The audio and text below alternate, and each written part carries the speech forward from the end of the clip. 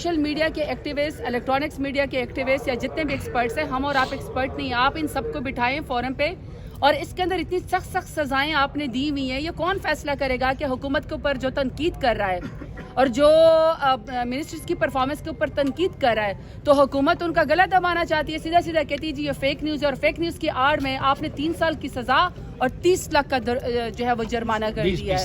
20 लाख का जुर्माना कर दिया। और मजीद उसके अंदर सख्तियाँ और ट्राइब्यूनल के अलावा ये लोग जो उसकी वो एक बना रहे हैं अथॉरिटी, उसके बाद आपको सुप्रीम या उसमें कोर्ट में आपको अपील का हक भी नहीं है।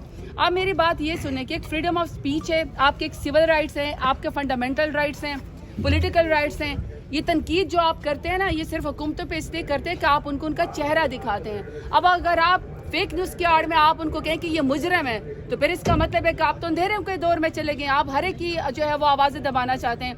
लेकिन अनफॉर्चुनेटली मेरे तो सब साथ जो मेरे पाकिस्तान तहरीक इंसाफ के साथ है वो खड़े थे। हमने वोटिंग के भी हम खिलाफ गए, हमने आवाज़ भी उठाई, हमने कहा इतनी जल्दी इमरजेंसी आपको क्या है, आप क्यों गला दबाना चाहते हैं। लेकिन वो एक एजेंडे के ऊपर आए हुए थे, PMLN ने, पीपल्स पार्टी ने, MQM ने और उनके जो बलूचिस्तान के इत्तेहादी हैं, अनफॉर्चुनेटली सब ने मनो आन पेका एक्ट को एक्सेप्ट कर लिया। अब देखिए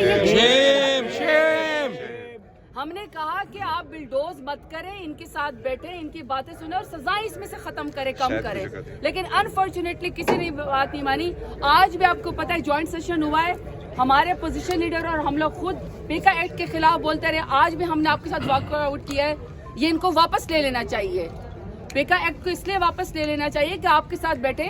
हम ये नहीं कहते कि किसी की इज्जत उछालें, हम ये नहीं कहते कि आप जो है कोई आपके गलत इल्जाम लगा रहा है तो उसकी सजा नहीं होनी चाहिए। लेकिन आई एम सॉरी टू से डिफेमेशन लॉ मौजूद है, जहाँ पे आपकी कैरेक्टर असैसिनेशन होती है वहाँ ऑलरेडी डिफेमेशन लॉ मौजूद है।